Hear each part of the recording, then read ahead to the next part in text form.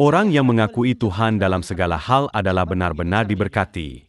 Orang seperti itu boleh dianggap sebagai yang paling bijak di dunia ini. Mari kita lihat buku 1 Korintus bab 2 ayat 12. Kita tidak menerima roh dunia, tetapi roh yang berasal dari Tuhan, supaya kita tahu apa yang dikaruniakan Tuhan kepada kita. Dan karena kami menafsirkan hal-hal rohani kepada mereka yang mempunyai roh, kami berkata-kata tentang karunia-karunia Tuhan dengan perkataan yang bukan diajarkan kepada kami oleh hikmat manusia, tetapi oleh hikmat apa? Oleh roh. Janganlah kita membiarkan diri sendiri ditipu oleh usaha untuk melihat hal-hal rohani dari perspektif fisikal semata-mata. Kalau begitu, bagaimanakah kita dapat menafsirkan hal-hal rohani dengan perkataan yang diajarkan oleh roh? Ayat 14. Tetapi manusia duniawi tidak menerima apa yang berasal dari roh Tuhan, karena hal itu baginya adalah suatu kebodohan. Dalam Tuhan, apa yang berasal daripada roh dianggap sebagai hikmat yang besar. Tetapi bagi orang yang tidak mempunyai roh, ia dianggap sebagai apa? Ia dianggap sebagai kebodohan. Dan ia tidak dapat memahaminya. Sebab hal itu hanya dapat dinilai secara bagaimana? Secara rohani. Hikmat yang Tuhan berikan kepada kita tidak sama dengan hikmat dunia ini.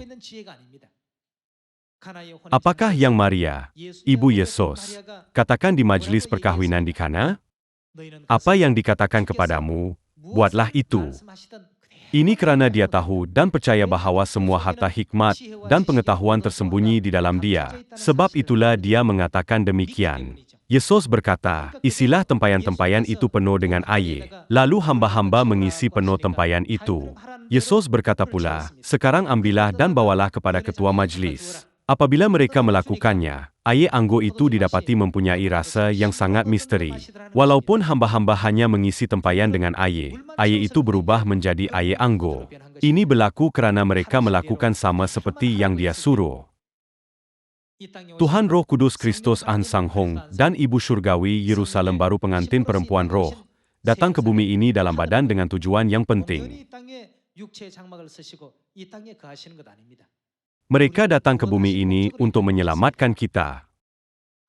Rasul Paulus menulis surat kepada ahli-ahli di Korintus, bahawa hikmat Tuhan, tidak kira betapa kecilnya kelihatan, adalah lebih baik daripada hikmat orang yang paling bijak. Buku 1 Korintus bab 1 ayat 25. Sebab yang bodoh dari Tuhan bagaimana? Lebih besar hikmatnya daripada manusia, dan yang lemah dari Tuhan lebih kuat daripada manusia. Kalau begitu, daripada bergantung kepada kebijaksanaan sendiri yang terhad demi roh kita, kita harus bergantung kepada hikmat Bapa dan Ibu Surgawi.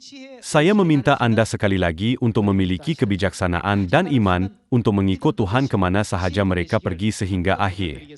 Terima kasih.